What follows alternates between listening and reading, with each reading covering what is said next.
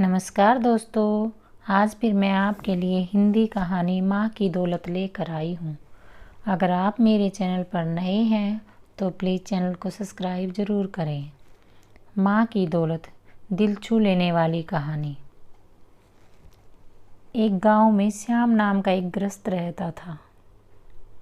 उसकी पत्नी का नाम गंगा था। उनको 2 बेटे और 2 बेटियां थीं। एक छोटा सा सुखी परिवार था।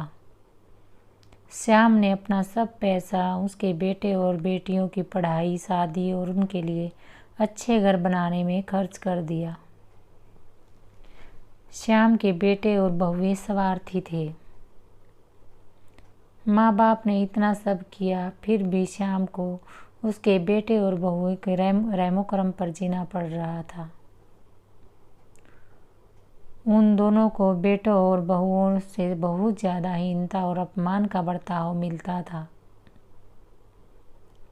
अचानक एक दिन श्याम की मृत्यु हो गई। इस वजह से बेचारा इस दर्द से मुक्त हो गया, पर गंगा मात्र अकेली रह गई। गंगा जैसे ही उदास मनस्थिति में मंदिर गई। वहां उसे उसकी बचपन की सहेली शांता मिली। उसे देखकर उसे अच्छा लगा। गंगा को उदास देखकर शांता ने गंगा से उसकी उदासी का कारण पूछा। गंगा ने अपने दुखी जीवन का सभी विवरण उसे बताया। वह सब सुनकर शांता ने उसे गुप्त में कुछ तो कहा। वो सभी सुनकर गंगा को थोड़ा सा आधार मिला।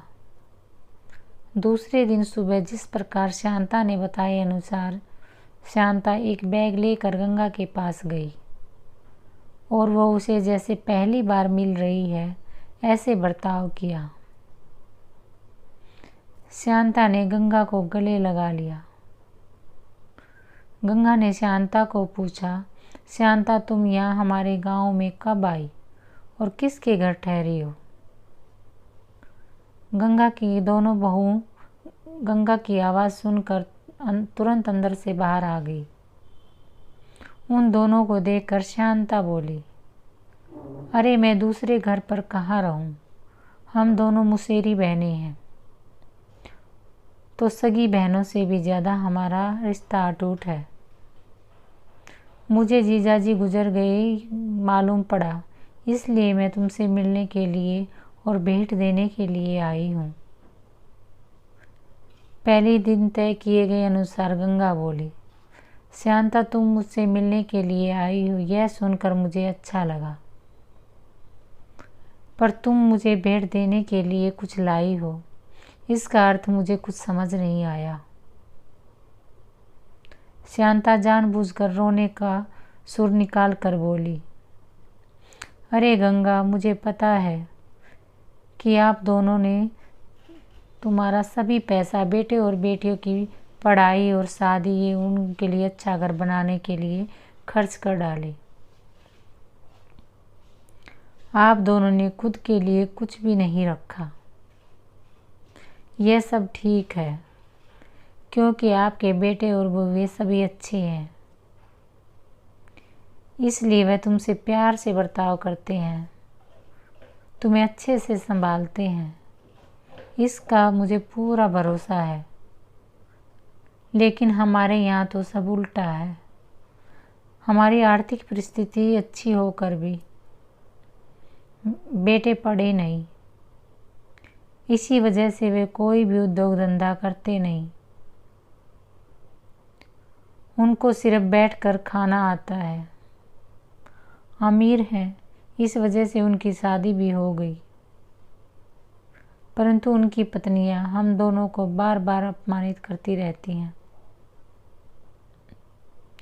और मेरे बच्चे भी वो देखकर कुछ भी नहीं बोलते उन्हें। फिर शांता आके पोंछने का नाटक करती है और वह आगे बोली, अभी ऐसी परिस्थिति में हम दोनों को जिनकी भी इच्छा नहीं होती, अब हमारी जिंदगी भी कितनी बची है। इसलिए मैंने तय किया कि मेरे पति की नज़दीकी कोई भी नहीं है और तुम्हारे सिवा मेरा कोई भी नहीं है। इसलिए सब पैसा बेटों को देने की बजाय तुम्हें आधे दे दूं। ऐसा विचार करके मेरे पति की रजामंदी से 25 तोले वजन के 10 से 12 सोने के गहने और 50,000 रुपये इस बैग में लाई हूँ। इस बैग में 45,000 के नोट हैं और 1 रुपये के 5,000 नाणे हैं।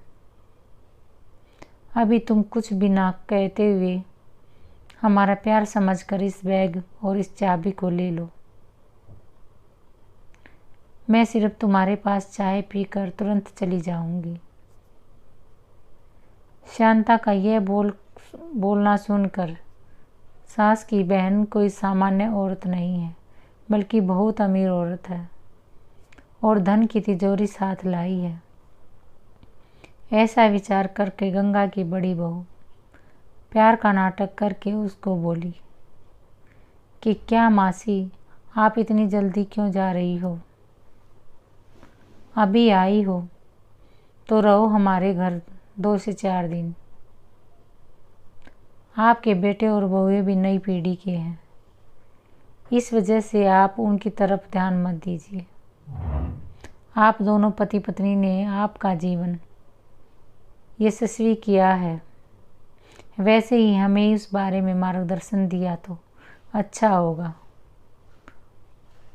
और कैसे जीवन जीना है हमें भी समझ में आ जाएगा।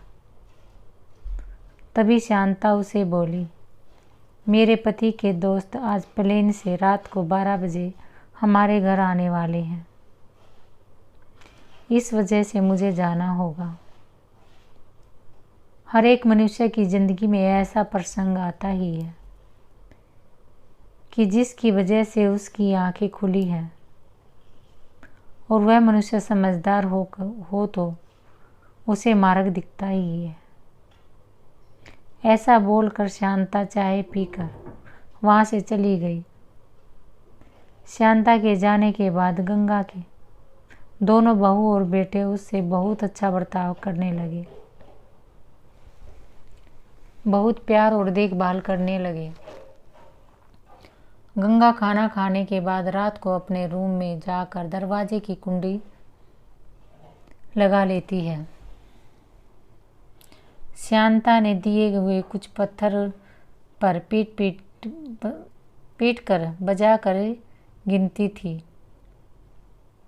नानों की आवाज़ रात के समय स्पष्ट उनके बेटे और बहू को सुनाई देता था और उनका गंगा पर और ज़्यादा प्यार बढ़ने लगा।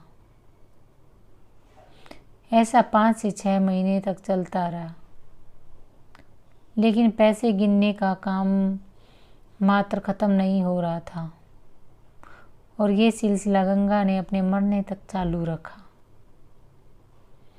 गंगा के आखिरी के 6 साल खुशियों से बीत गए, परंतु एक दिन अचानक गंगा की मृत्यु हो गई। उसके जाने के बाद रीति रिवाज और लोक लाज के लिए उनके बेटों ने भी आंसू बहाए। फिर उन्होंने शमशान में से आने के बाद उन्होंने तुरंत माँ के रूम में जाकर उस बैग का ताला खोला